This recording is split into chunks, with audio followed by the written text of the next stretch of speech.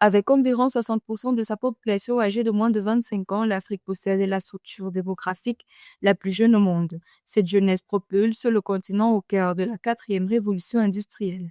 L'intelligence artificielle n'est plus une promesse lointaine, elle représente un levier économique majeur qui pourrait injecter 1 200 milliards de dollars dans l'économie africaine d'ici 2030. Portée par cette agilité démographique, une nouvelle génération d'innovateurs locaux conçoit et déploie des applications sur mesure. Ces outils transforment déjà le quotidien à travers des solutions concrètes en fintech, en santé et en agriculture de précision.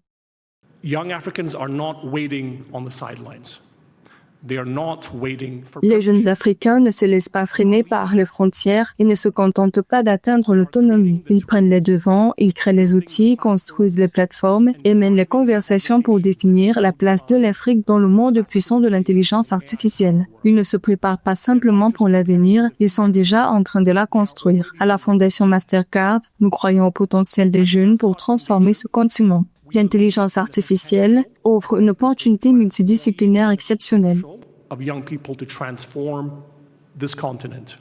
Dans le domaine de l'inclusion financière, des algorithmes fintech facilitent l'accès au crédit pour les populations non bancarisées, tandis que la gestion des déchets et la santé bénéficient d'applications de tri intelligents et d'outils de diagnostic médical communautaire.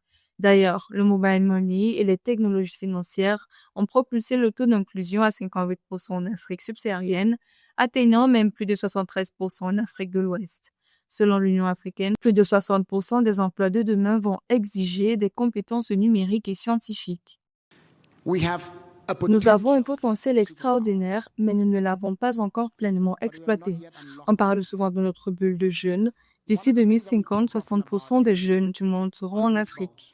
Cela pourrait représenter une force de travail plus importante que celle de la Chine et de l'Inde dans les prochaines décennies.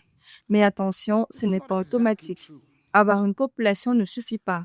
Ce n'est pas la population qui compte, mais le talent. La population devient du talent lorsqu'elle est transformée par l'éducation et les compétences.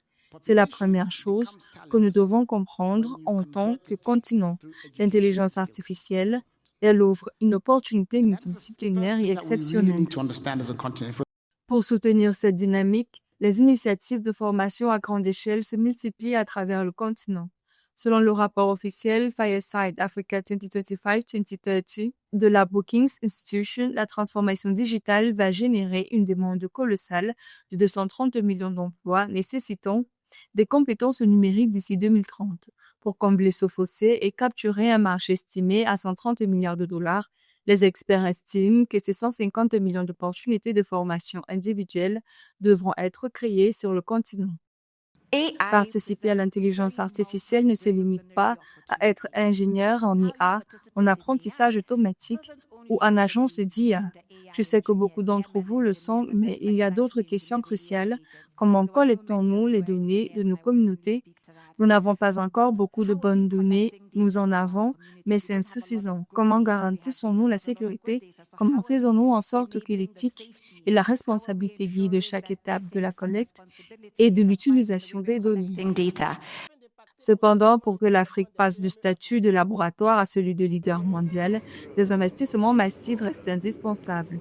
Le continent fait face à un déficit annuel de financement des infrastructures numériques estimé à 100 milliards de dollars par la Banque mondiale, nécessaire pour connecter les 60% d'Africains qui n'ont toujours pas accès à Internet.